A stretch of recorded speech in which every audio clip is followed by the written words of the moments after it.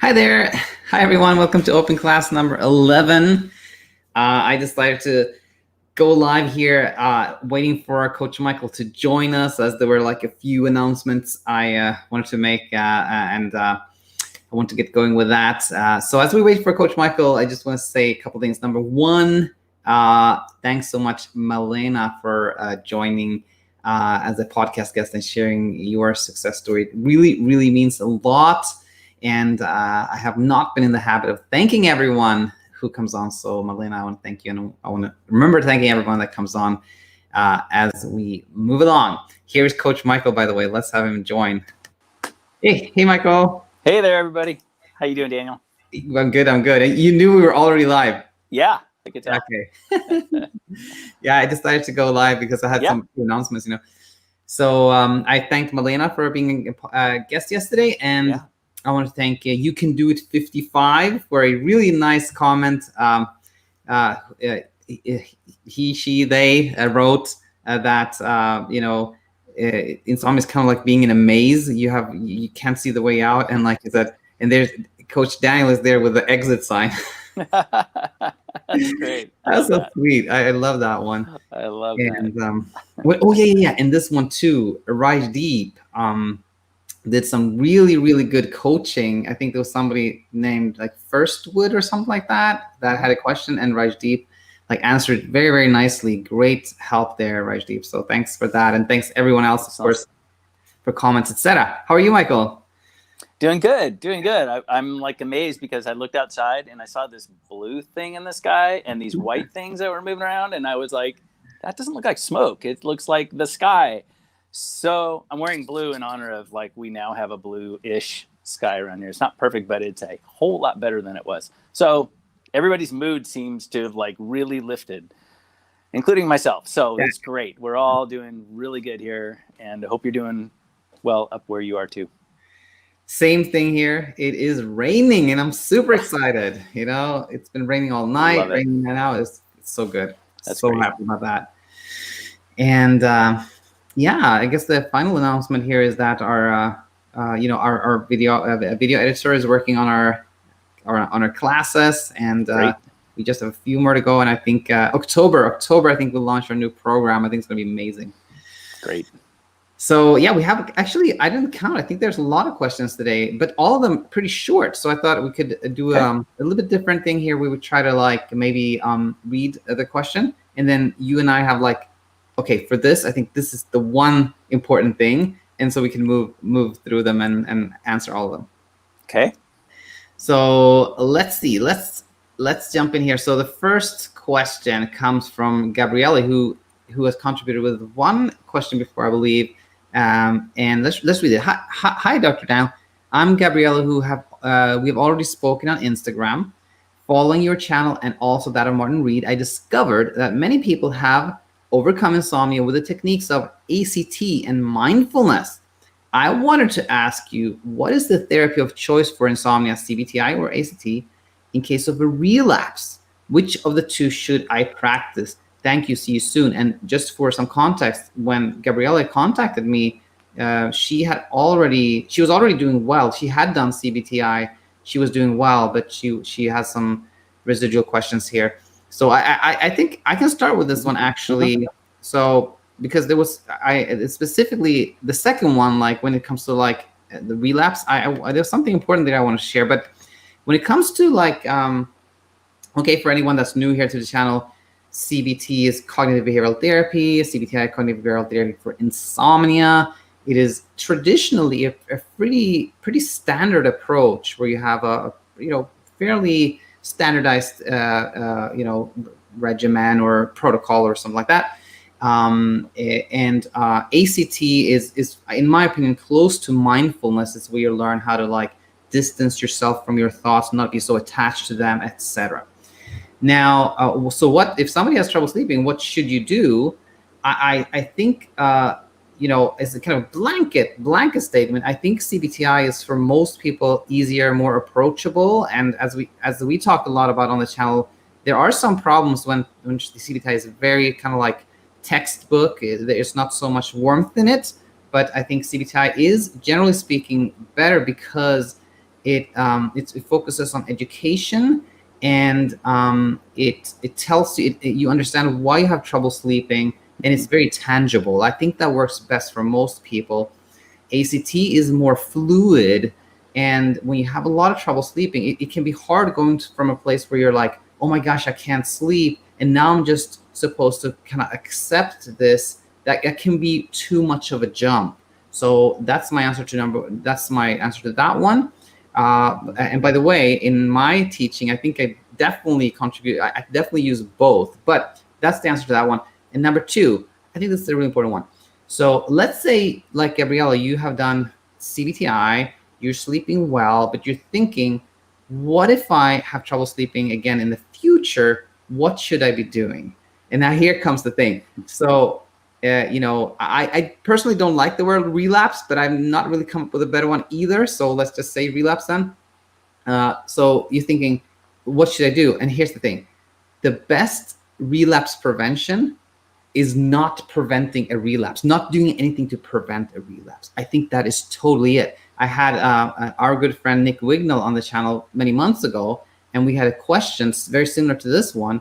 And he said, the best thing to do not to have insomnia in the future is, guess what? Being willing to have insomnia in the future. Meaning, the more you go, okay, if I have trouble again, I'm going to do this and that, I'm going to do this and this and that, then you're already trying to avoid having trouble sleeping, and you're already trying to protect your sleep, and you're afraid of being awake at night, etc. Mm-hmm. And that's going to make you have more trouble sleeping. But when you go like, if I have trouble sleeping again, I'm not going to do anything in particular. I'm actually totally fine with that. I don't have a strategy for it. I'm just not going to do anything. That is, in my opinion, the very, very best. So that is my answer there. So over to you, Michael. I don't know really what I can add to that. I mean, I totally agree. If you are sleeping well and you're worried about a relapse, what that kind of means is that you're opening yourself up to sleep efforts, because to prevent something that may or may not happen. So that's the first thing, is don't start applying efforts, don't suddenly think like, well, I should adjust this, or I should do this way, even though you've been sleeping all right. To prevent a relapse, you're going to adjust. It's not really, I don't think it's recommended. So, you're doing okay. And then you have to, like Nick said, you have to be okay with an occasional night where you're awake for a little bit. And you have to then learn that not only is it not a big deal, it can be a time that you can actually kind of enjoy. Spend some quiet time, do some reading, do some things you like to do, something creative. It's like kind of it can be a nice time. So that's meant, I say that to remind people that it's normal to be awake at night for a little bit. So, you don't want to react in a way that leads to big time alertness and anxiety and frustration and all this, and then efforts. So you have to be okay with an occasional night where it just doesn't go exactly as planned. And if you can accept that, if you can just be like, okay, it just is what it is, and have that attitude, you're much more likely to have that be kind of a one-time occurrence now and then, instead of a, here we go, snowballs night after night kind of thing. And it's really just your own mindset to the whole situation. But trying to prevent a relapse, I don't like that word either, because it sort of implies like you had an illness. Yeah, exactly. You had an illness, and it's not an illness. It's a set of things that kind of combine to lead to more wakefulness at night than you feel like you should have. And so it's not a relapse. It's just something that you have to just accept now and then. And, we're all different. And so accepting that is really important for the long run. Yeah, exactly. And, I was smiling before because I realized that she was asking, if I have a relapse, what should CBTi and ACT? And as we're talking about it, we're kind of describing an ACT approach. So I guess. Yeah, we kind of are. Yeah, I know. I was thinking the same thing. Yeah, accept it, funny. So. All right, cool. So Gabriele, I hope that really helped. And we will move ahead here. This is from Mariana. And where did this come in? This was from somebody on Instagram that posted this one. So anyway, let's read this. Mariana said, "Hello, sleep coach. I have been watching your YouTube videos. I've been having a really hard time sleeping in the past couple of months. I've had this problem, but it was 3 years ago. I feel like I'm not getting deep sleep. I'm worried because I need to be efficient at my job. I don't know what the best solution is. I hope you can get back to me." So concern here about not getting deep sleep and work here. So I'll let you go first. What do you think here, Michael? What's most important for Mariana? So I think she mentions that the problem was 3 years ago. I think She had some trouble, I think, 3 years ago, but then again in the past 3 months, I've had some more trouble sleeping. Yeah. So I think, Mariana, just go to square one. Just start from the beginning. Make sure you're not spending too much time in bed. Kind of do a bit of the, looking at your situation. Make sure that hasn't changed significantly. Like you're not going to bed earlier to try to be there in case you fall asleep. You're not staying in bed, struggling, fighting it at night, trying to will yourself back to sleep. You're not sleeping in a lot. Make sure all those things are under control. And then understand that, you can sleep. You've proven it for years that you can sleep. It's just maybe something happened a few months ago and it kind of started a bit of nighttime thinking about something that maybe makes you uncomfortable or anxious. I mean, that's a real common thing that people get. I mean, it's very common. So again, you have to kind of turn the tables, make sure your CBTi stuff is all set up. You're doing a good sleep window and all that. You're not, excessively napping during the day. You're just doing everything kind of the way that it's good for your health in general and your sleep. And then at night, if you find yourself, awake, leave the bed. You have to kind of not fight it. You just kind of have to make it like very methodical. I just really like that idea of the methodical night, the sleep like a robot thing. It just takes all the guesswork out of it, and it can be a really comforting thing if you just kind of robotically go through your night where, if you're alert, you're not in bed, and if you're struggling to stay awake, kind of losing focus on what you're doing, you put yourself in bed and kind of just go through the night like that. And of course, my favorite, of course, is not check the time. Really simple stuff like that. Just make sure that you're not willfully trying to force your sleep, because it takes people in the wrong direction. And remind yourself that you probably don't need 8 hours of sleep. You're going to be awake at night now and then because that's completely normal. That you've slept well in the past, and there is no magic food, anything that you can do to magically make your sleep, great every single night. So that's kind of the approach I would take, probably. Sounds very good, very good. And you get a lot of helpful tips in there at once. And I think I'll just focus on two things, which is, a lot of people when you kind of struggling with sleep and you don't feel refreshed, you're feeling foggy, tired, a lot of people go to, I'm just not getting enough deep sleep. I'm sleeping kind of light, superficial, but I'm missing that deep sleep, which is completely understandable, but it can take you in direction. If you think of deep sleep as the EEG stage, like stage 3 delta sleep, and you're trying to then make yourself have more of that, you very easily get into a rabbit hole. You're like, I did this, I didn't get more deep sleep. I'm going to do that, I didn't get much sleep. Why can't I get that deep sleep? So I want to say, like, worrying about like sleep stages is kind of like worrying about the composition of gases in air. Like you can't change it, you can't modify it in any like controlled fashion. So just think of it as like either you're getting refreshing sleep or you're not. And when you're having trouble sleeping, you have insomnia, you're often not getting refreshing sleep, but just try not to think of it as like any particular sleep state. That was number one. And then add everything Michael said. And number two then would be, we hear that you're concerned that not sleeping is going to affect your job. Super, super, super common. And so I want to say that you have this, like what I call a secondary attachment. Like you want to sleep better, but not only for the purpose of itself. That's kind of the primary attachment. The secondary attachment is you want to sleep better for this other thing so you can do well at work. Well, that's completely natural. But the thing here becomes, the more you think that sleep is important for your work function, the more pressured you're going to be to sleep and the less you're going to sleep. So it actually paradoxically becomes very important for you to do what I call detective work. You get that detective hat and your magnifying glasses, and then you look at the past and you look at, okay, find evidence, find clues that indicate that I can actually do fine at work even if I don't sleep that well. Even if that's just happened one time in your whole entire life, that is the evidence you need. And then use that evidence to prove to yourself, show yourself that everything doesn't depend upon how I sleep. And the more you get into that direction, the more pressured you're to sleep, the better you're going to sleep, and the more deeper that sleep is going to feel and more refreshing. So I think that summarizes it for this one. So Mariana, thank you so much. Let us know if there's any follow-up to this one. And now we are going to answer a question from Kenny. Kenny says, hey man, I've been seeing your videos on YouTube, but for the past 2 months, I've had the worst insomnia. I literally cannot fall asleep without meds. I went for 7 days without sleep during the time, no sleep at all. Went to bed and lay there until I got my meds in me and finally fell asleep. Could this be a neurological problem?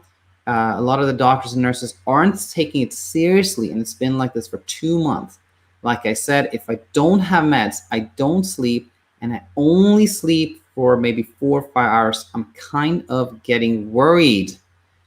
And not to, I'll let you go first here, Michael, and not to like, what am I trying to say here? I guess I want to say this, that what I'm hearing is that Kenny is going to bed, trying not to take his medications, and then finally takes them, then sleeps, and then that's kind of like, because he's now sees that he can't sleep without medication. So your thoughts on this one, Michael? Yeah, well, it sounds like, Kenny, your confidence in your sleep is really low. So that's, you want to work on the confidence. And I think first is really, understanding that it's, staying awake for 7 days and nights is really dramatic. And I'm not here to question that necessarily, but it would be extremely unlikely that many days and nights. That's so many hours of being awake. But I think what you need to, what you want to do is to try to 100% not focus on sleep at night. Allow yourself to get sleepy. Allow yourself to perceive yourself getting sleepy. So, by doing something else, when you distract your focus onto anything else, whether it's your TV, whether it's a book, whether it's listening to something, whatever it is, if you distract yourself, your natural sleep drive then it's 100% gas pedal and 0% brake, as Daniel likes to say, right? You are completely off the brake at that point. If you are focused on something else, then your natural sleep drive will be at its strongest. And so I think that you have to allow that to happen. We can't advise on medications, of course, but clearly it's a feeling people get where they feel like they're unable to sleep at all, and they can. Your brain produces sleep, and so you need to do the things that keep the focus off of sleep in every single way imaginable. So at night, I'm just such a strong believer in doing something you like that you really can focus on to allow your natural sleepiness to get strong. And that experience is something that might take a while kind of to learn or to relearn. And with patience, you can relearn that. Try not to be afraid of being awake at night. Even if it's all night long, try not to be afraid of that, because if you start to, quote unquote, work on your sleep in this type of way, where you're attentionally moving your focus to anything that you enjoy at night, then it's going to take a little bit of time. It might take more than one night for you to kind of relearn the feeling of truly being sleepy, truly struggling to stay awake. But you'll get there. Your brain can do that. you just have to kind of set the stage and allow it to happen. Yeah, absolutely. And I think one thing that I hope is super, super clear to everyone that's tuning in is that me and Coach Michael have nothing but the intent of help everyone sleep better. But so this lightheartedness that's supposed to follow here, I hope everybody accepts that. But Michael, I think I have something I really want to share here that I learned from you. So that's why the preamble here was kind of like in volleyball, you set somebody up for the smash, something like that. Right. But no, so here's what I'm thinking. So what I learned from you, I think that was way back, like a year and a half ago, something like that, was that, medications for insomnia are not really a problem if somebody takes them every night, at the same time, every dose, etc. Now, if somebody is taking medication like that, there's no problem. If somebody's taking medication not at all, there's no problem. But when somebody's using medications conditionally, it creates a lot of problems. And I've seen this so many times. Somebody is kind of conflicted. They prefer not to take medications, but they also want to sleep, of course. So then you're like, okay, tonight I'm going to see what happens. I'm not going to take my medication, right? And then that experiment, that self-monitoring, that thinking about what's going to happen if I don't take it, that leads to so much trouble sleeping that you're awake for hour after hour after hour. You're waiting for sleep to happen. Doesn't happen. After 7 hours of not sleeping a wink, you're like, I give in. I have to take this medication. You take it. Mm-hmm. It is somewhat sedating. You've been awake for a long time. You're really sleepy. When you take it, you believe it's going to work. You fall asleep. And then it seems like, dang it, I didn't want to take it, but I took it. And I slept with it, but I couldn't sleep without it. Then like next night, you're like, but tonight I'm going to try not to take it. You do the same thing. And after 7 days like this, it seems so clear that I just can't sleep without the medication. But what's actually happening is that it is the attempt at trying not to take the medication that is keeping you up. So I think, of course, as Michael says, you have to talk to your doctor about, how you take your medications. But my general thinking here, it is super important to either not take any medications at all or take them at the same time every night, not depending on whether you've slept before or not, because otherwise you get really confused. And just a few words until we move on here. It is very common what I hear from Kenny here, that you're like, my doctors aren't taking it seriously. And there's a problem there, which is doctors, nurses, even psychiatrists, psychologists don't really understand sleep. So we have to have a little empathy for them because they have never been educated on it. But Kenny, consider everything we talked about, hang in there. And we have some live question here from BFT. Hi, coaches. I'm in this loop where one night I'm calm and peaceful, so I sleep well. And the next night I'm anxious and therefore no sleep. So the cycle continues, good then bad. What can I do to maintain the peace continually? I think if I jump in here first, I think it is, it is this, what we talked about earlier, actually, that sometimes you're nice and peaceful and sleep comes easy. And weird as this may sound, that happens because you're actually willing to have insomnia. How can I say that? Well, I say that because imagine this person who's not willing to lose a minute of sleep. They have to get exactly 7 hours and 30 minutes or not a minute less. That person is not willing to lose a minute of sleep. They will have a ton of insomnia because of that, all that worry, right? But when you go to night and you feel peaceful and calm, you are actually pretty okay with losing sleep. And that is the weird thing. And so you have to do the same for the other nights. The nights when you feel stressed and anxious, you also have to go in the direction of like, if I don't sleep at night tonight, that is okay. I'm okay with that. I'm willing to have insomnia. And then, you get that peaceful feeling throughout, on a continuous basis. Yeah. And I just maybe like kind of check what you're doing, on, things are peaceful and good and calm. Are you then, do you feel like you have to protect that? Like, do you suddenly start to, like, oh, I can't, I've been sleeping well for 2 nights. Now there's this social thing I've been invited to do at night, and I don't want to do it because I've been sleeping really well. And so then that leads to sleep trouble. So, you have to kind of make sure that you're not like protecting your peaceful moments that you have, in the sense that you start to do things differently that can trigger a poor night of sleep. So maybe just kind of be aware of that, and just kind of monitor what you're doing a little bit along those lines. Like, you know, the last thing I think, and this is kind of a bigger statement here, the last thing that anyone should think about in the morning after they get up is how they slept. I'm just such a big believer in that. I'm a big believer in, you know, forget the night. The night is over. You can't change anything.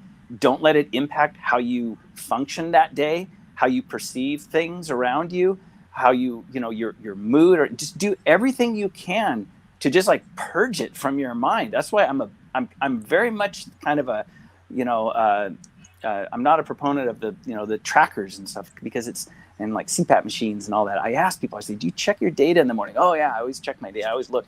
Don't do that. Just, it doesn't cost anything, and it's logistically easy not to check your sleep data. I encourage people not to check sleep data if you've been struggling with insomnia. If you haven't been struggling with insomnia, you can do whatever you want anytime. But if you're struggling, I think that's a good thing to do. Give it a couple weeks. Don't, you know, almost like a sleep detox. It's kind of the same thing. Don't track anything. Just go through your day. Forget about the night. Just as whatever it takes. And usually that's helped by getting involved in other things during the day. Try to forget about the night. Just don't consider it. Don't even factor it into what you're doing that day. And then pay attention to your sleepiness as the next evening goes on, and allow yourself that natural sleepiness that might be stronger if you had a bit of a short night the night before. Maybe not, but, you know, get out of your way with your sleepiness. Let it manifest, let it emerge. But don't go through your day acting, you know, based on what your data said or what you think your night was, because it's most likely not particularly accurate. Either your own guess of your night or what your data says and whatever gadget that's tracking it, because notoriously they're not particularly accurate. That's very, very good. I kind of went off on a different tangent there. I know, I'm sorry, but it kind of got me thinking, and maybe the bigger picture might be helpful. I think I think what you said about like forget that night, it's in the past. It's super, super helpful, and it you know, there's this insight that came to me today that I just have to share now. I was thinking about it, which is no matter how, you know, if you had trouble sleeping for 2 days or 2 weeks or 20 years, guess what? The past doesn't predict the future at all. It doesn't mean anything. The only thing that matters is how you think about how you slept. You know, so even if you have trouble sleeping for like 2 decades, if you wouldn't think of that, then you wouldn't have to, it doesn't predict what's going to happen tomorrow at all. So I think that's a really, really good one. Yeah. And Ty Lee says, same here, but my legs shake when I'm about to fall asleep. It's a common one that, you know, you have this, like you're about to fall asleep and then something jerks or you shake, or that you just become aware of, like you can be super common, Ty. And I want to say in every video, which there's going to be to this one too, there's a description, and in that there's a link to playlist on like hypnic jerks and other events like that. So I just want to say that these events, these sleep-wake transitional events, are completely normal for everyone that falls asleep. There's typically a little jerk or something like that, but when you have you're a little bit more pay attention to it, it seems stronger, it's more scary. But it's just like insomnia itself, meaning the more you try to figure out what's happening, the more you try to prevent it, the more bothersome it's going to be. When you get to a point where you're like not trying to figure it out, not trying to stop it, and you actually look at it as a welcome sign that sleep is about to happen, then, you know, really good things come your way. Okay, let's jump ahead to the next one here, which is from Emma. Let's read this. Major trouble sleeping since Wednesday night. I've not been able to sleep without Ativan. I went Wednesday to Thursday with not a wink of sleep, even though I was painfully tired. Friday night, I stayed in hospital so they could administer the Ativan to make sure I slept. They've given me some for home that I've had to use every night, even though I do try for over an hour each night to sleep without it. This all happened suddenly. I've never not been able to sleep before when tired. At first, I would feel nauseous and my heart would race just as I would go into sleep phase, and it'd wake me.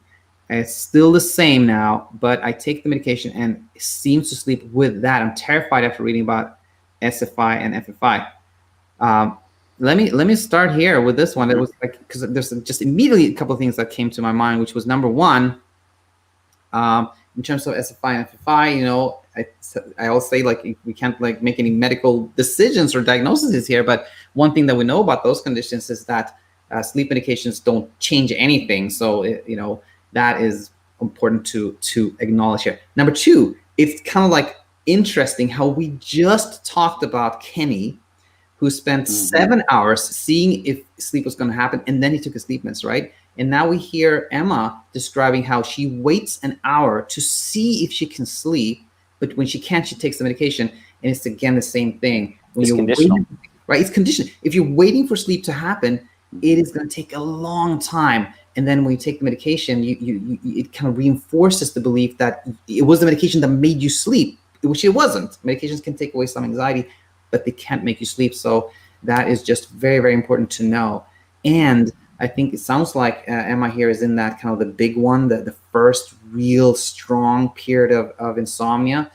And it can be really tricky, but I want to just say, just educate yourself, Emma, learn about insomnia and sleep, and you'll see that having this big one, even if you're hospitalized, it's not very different from what so many people go through. And there's no reason to believe that you can't sleep well again in a near future. Yeah, 100%. Education is such a key when it comes to insomnia. Learning about sleep, learning about insomnia, learning about the circadian rhythm. I think it's a great place to start. Like kind of learn about that stuff. Learn more, literally, kind of how you function as a person, as a mammal. Like, how does sleep happen? Like, you don't have to you don't have to become a neuroscientist and learn all the pathways and chemicals and all that. I'm not talking about that. I'm just like learn in general about normal sleep. And the more you know about something in general, the less anxious you are in general about that thing. And that's true with anything. It's like the fear of the unknown thing. It's really kind of it's really what that is. Make sleep more of a known thing to you. Educate yourself. And with that knowledge, anxiety generally decreases. And, you know, like the benzodiazepine that you're describing, it's kind of like an anxiolytic. It's an anti-anxiety medication, which anxiety destroys sleep.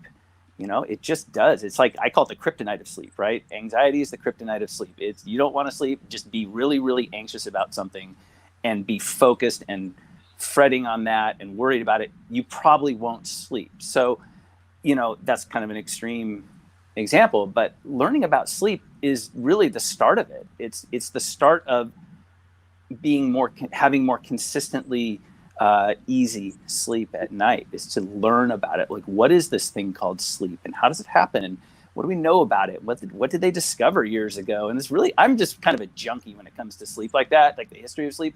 Nathaniel Kleitman, he's like my hero, you know, this father of sleep. You know, he's like all through the 1900s. He was, you know, the 20th century, he was just doing all these crazy experiments and learning so much. And I just find it fascinating.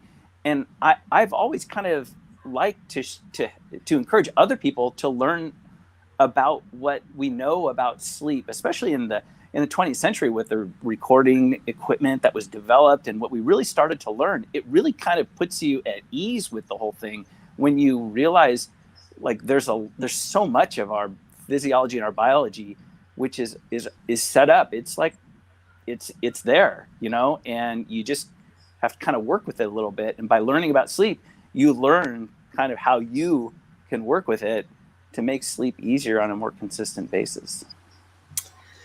Very well, Emma. Hang in there. Let us know if there are any follow-up questions. Hope you're doing better.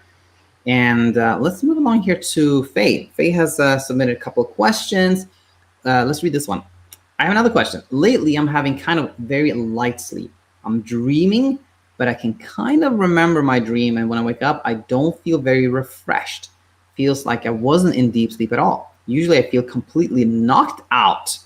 And when I wake up, I feel very groggy and need some time to realize what's going on, which seems I just got out of from a dream. but I feel lately I'm having stage 1 dreams. Is this pretty normal? Is there such a thing as stage 1 dreams and stage 4 dreams? I'm wondering why this is happening. I think so. To summarize, seems like Faye is normally has this kind of like very deep sleep and feels kind of foggy and groggy when waking up, but now more superficial sleep, more dreams. What's going on? What do you think, Michael? Yeah, I'm asked about dreams a lot. I don't know if you are too. Yeah. A lot of, because they're just fascinating. I mean, think about what your brain is doing. Like, it's a cyclic thing at night. And your question, her question specifically about stage 1 dreams and REM dreams and all that. Most dreaming is thought to occur during these REM periods that you go in and out of during the night. These periods that you go in and out of during the night tend to get longer each time you go into one. So what that means is it's kind of common in the morning to wake up out of a dream sequence. Now, and I'm kind of going into like kind of nerding out here on sleep physiology and all that, but dream sleep, which is almost synonymous with REM sleep, rapid eye movement sleep, is it's a profound change in your physiology. It's not just dreaming occurring. Like, every system in your body is functioning differently than it is during your other types of sleep or during your wakefulness. So to wake up out of the REM state, you might very well have immediate recall of a dream, like you were just in a dream. REM is not considered a deep sleep. It's considered kind of more lighter sleep, because what it takes to wake you up in REM is not as much as it takes to wake you up in what we call, like you mentioned before, like stage 3, 4 delta sleep, all that slow wave sleep. That type of sleep, it takes a lot more to wake you up, like shoving on you, shining lights, loud noises. Hey, wake up, wake up. Then you described in your email that sometimes you wake up with that and you feel like really out of it, and it takes a while to come to. Well, that's just normal physiology. You were probably in a deeper state of sleep, probably not in REM sleep, and it takes a while for your brain to kind of orient itself to wakefulness when you wake up out of a deep sleep. So most of your deep sleep's early in the night, most of your REM sleep's later in the night. Your question about stage 1 dreams, yeah, there's some evidence that dreams occur in stage 1. They tend to be less visual, less thematic. They tend to be more kind of like auditory, a brief thought about something, not like a true dream, like a full dream, like you might think of as a full dream. So feeling different when you wake up at different times is normal. So, what I like to use this example. Have you ever fallen asleep and then, like, at some point, like, your phone rings or something, or there's a knock on the door or something, and you wake up and you have no idea what time it is? You're like, what was that? It's like, you get up, there's a knock on your door, but you get up to answer your phone. You're not even sure what you're doing. And then you look at the clock and it's probably early in the night. You were probably in a very deep state of sleep, and you're groggy and you're disoriented. Compare that to later at night towards morning, you wake up and something wakes you up and you immediately kind of have a pretty good sense of what time it is, kind of how much sleep you've had and all that. That would be waking up probably out of REM, which would be more common towards morning. So I guess the point I'm making is feeling differently when you wake up at different at different times or even different nights is kind of normal. So understanding the physiology of sleep can help with that. You're like, oh, I was probably in REM, or, oh, I was probably in deep sleep. So, again, it's back to education. It's understanding about normal sleep, I think, helps with a lot of these concerns about how you feel at different times during the night, based on your physiology. Absolutely. And I think, taking maybe a little bit more kind of big picture take on this question, when somebody goes from having pretty deep sleep, feels pretty foggy when they wake up, to like overall more superficial sleep, etc., the more dreams, etc. My thinking there is that I immediately go to like hyperarousal. I think, very super briefly here, gas and brake model, like sleepiness is the gas. The more sleepy you are, the more you sleep, the deeper you sleep. The brake is kind of hyperarousal, which is this state of anticipation. Something's about to happen. It can come from anxiety, worry, stress. It can come from excitement. It can come from puzzlement, but you're just like a little bit higher alertness state. That is the brake in our sleep system. So when you have gas, but you have a little bit of brake going on too, then you get this. Then you get this like light sleep, vivid dreams, a lot of dreams, etc.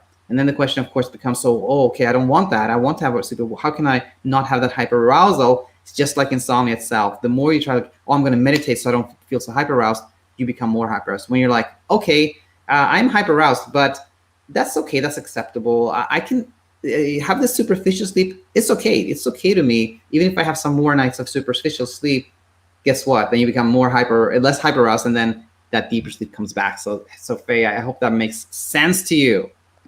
If you have any questions, of course, let us know. Any follow-up questions, that is. Cool. So let's see. We have Dawa and Connie. Okay, 2 more. So this is first one is from Dawa, who's in Saudi Arabia, I think. Help. Does medications help with general anxiety disorder and insomnia? You have experience about it? I need an honest answer. Yes or no only. Smiley, smiley. I used to have anxiety attacks 3 years back. After medication, it went away, but now I came back again with my insomnia from a week. The doctor has prescribed medications again, sleeping pills. I'm taking it from 5 days, but I want to stop and heal naturally. Please help. Can I have a curriculum to break the cycle of insomnia and get back my sleep? I want to say this, that it's a very it's a good question, and it's I wish I could say yes and no, but I can't say yes and no. It's impossible. And here's the thing, medications that are used for anxiety or insomnia they all have one thing in common. They're all sedating. They kind of slow down your nervous system, if you will. And so, can that help with anxiety? I don't think there's any question in my mind that if you have like a real strong anxiety, you take some benzodiazepine, a Xanax or something like that, you can definitely feel less anxious, partly because that chemical is sedating your brain. The brain can't produce the thoughts that produce the feeling of anxiety. You feel less anxious, or the belief in it. You I'm going to take this, I'm going to feel better. You believe in it. Those 2 things can make you less anxious in the short term. No question about that. But here is again something I learned from Nick Wignall, which is so important, is that when you're starting to feel anxious and you go, I don't want this, I don't want to be anxious, and finally you take the medication, you feel better. It seems like a good thing, but what you have taught your brain that time is that anxiety is bad. You don't want to be anxious. Anxiety has to be stopped at all cost. And guess what? When you try to suppress it like that, you have more of it, because the anxiety is your brain's way of trying to warn you, keep you aware of something. And when you take the Xanax or medication like that, it's kind of like you don't want to listen. You don't want to hear it. You don't have that. And then your brain goes, no, you gotta listen. You gotta listen. You gotta listen. So although like in insomnia medications and anxiety medications, in the immediate term, I think they can produce less anxiety. But if you keep taking them like that, they over the long term just kind of produce more and more of it, because again, it's like you're not listening. And that's when people go like, it stopped working because you were trying to suppress it, if you will. So Dawa, those were my thoughts there. Anything to add? Yeah. I would say I when it comes to things like anxiety, to me, it's kind of like anything else that's a problem in life. You want to get to the core of it. You want to get to the root of it. It's everything. Here's just an example off the top of my head. Here's a plant in our yard. It's not doing well.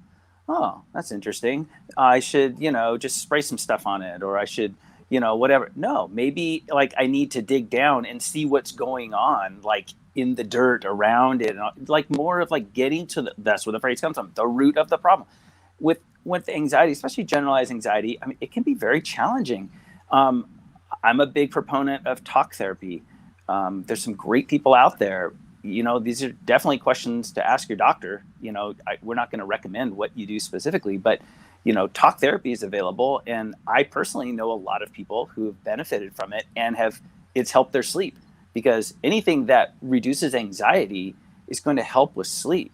Again, anxiety, kryptonite of sleep. So, I encourage you to have a discussion with your doctor about maybe other therapeutic things that might be available to you to help not only your sleep, but anxiety in general. And I think I'd probably just leave it at that.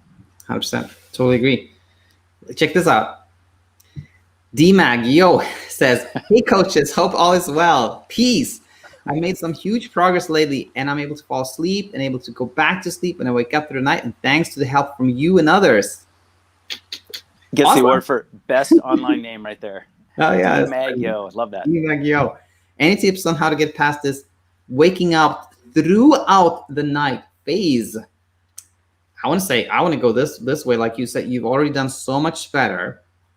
And that is, believe it or not, because you've been more okay with being awake at night. You haven't forced sleep. You were like, it's okay if I'm awake.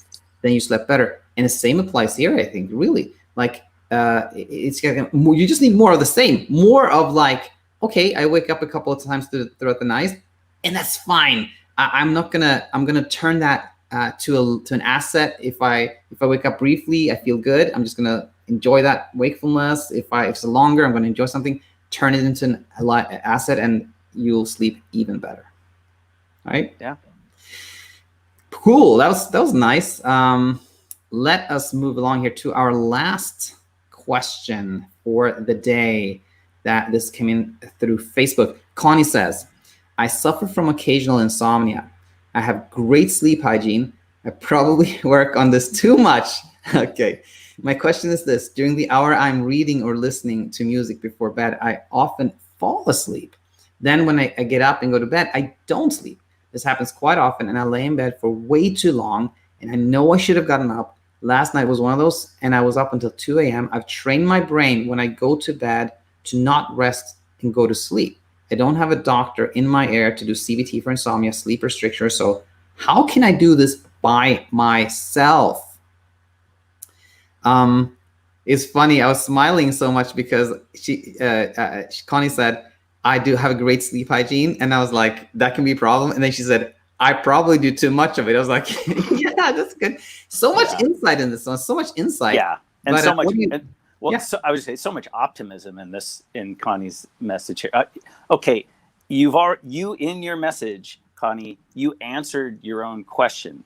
At some point towards the end of your email, you said, I think I have conditioned myself to waking up at night or something like that. Yes, it sounds like you have. Understand, it's very common. It's probably the most common reason people develop an ongoing chronic insomnia condition versus just kind of a once in a while occasional insomnia. Yes, I think your big associative human brain has conditioned the bed to becoming a place where you get alert really easily. Multiple examples. You said you fall asleep on the couch listening or reading. I hear that so often. Daniel, this too. People say, "Well, I used to read, but I would always fall asleep reading." And I kind of I sort of say, "Okay, like maybe you could go back to doing some of that because that sounds like not a bad thing, right?" But catch yourself. Don't sleep like for an hour on the couch. I don't think that's helpful. I'm not a big proponent of that. Catch yourself getting sleepy. Reading a book, the book gets heavy, starts to fall. The page, you can't get through it because you're losing focus. Classic signs of sleepiness. Put yourself in bed. But then once you're in bed, you got to do the stimulus control part of CBTi, which is, don't stay there fighting it. If you're awake, anxious, frustrated, whatever word you want to put in there, don't try to force your sleep. You can't. So you have to put yourself in some other position. And a lot of this is based on mobility. If mobility is not a problem, I encourage people to explore leaving the bedroom for a while until you're sleepy again.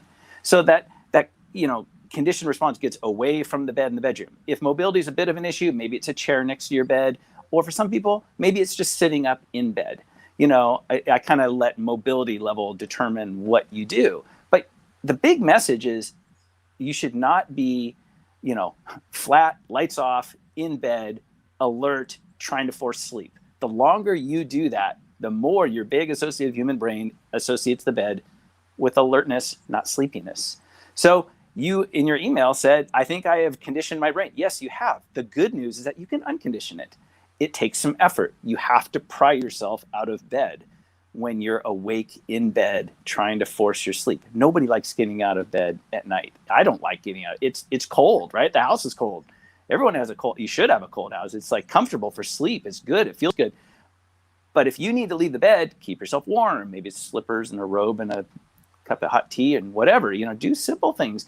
But don't stay in bed long stretches of time, alert, frustrated, trying to force your sleep. That just goes right down the conditioning alley. And then next thing you know, you're falling asleep on the couch reading, you go to bed and you're staring at the ceiling for 3 hours. That is a conditioned response. You can uncondition it. So I have so much optimism from your email. You can do this. Like, it's just, you just have to do a few things that I just described, I think, if it's a conditioned situation that you've described. Absolutely, and I think it's you know, she said in the last part there, like, you know, can I do this on my own? I don't have a CBT therapist near me, and I kind of like get the same feeling reading through this. I don't think you need that much help actually, and you know, to share some more. After this message, I just said that we would answer here on the channel. She said, first, for the past 2 nights, I've had great sleep. I learned if I can't sleep and I'm up until 2 a.m., I don't have anxiety about it. I function very well during the day. And then the last one, thank you. I said, again, like commented on that. I said, I've slept marvelously the last 3 nights. Your YouTube videos is so helpful. So I think optimism, so optimistic. I'm so glad. That's so great. Enjoy the great sleep. Perfect. Well, that was it. Thanks everyone. Great questions. And we'll be back next week. What are you gonna do this weekend, Michael? I'm gonna enjoy the smoke-free air, or the mostly smoke-free air. And my dogs have been looking at us like, hey, we haven't had a walk in a while, so we're probably gonna go for a long walk at some point. How about yourself? Same here. Yeah, same thing. Like we haven't taken the kids out for like 10 days. So actually, at this moment, as soon as we're done here, we're gonna head out to the park. Awesome. Enjoy.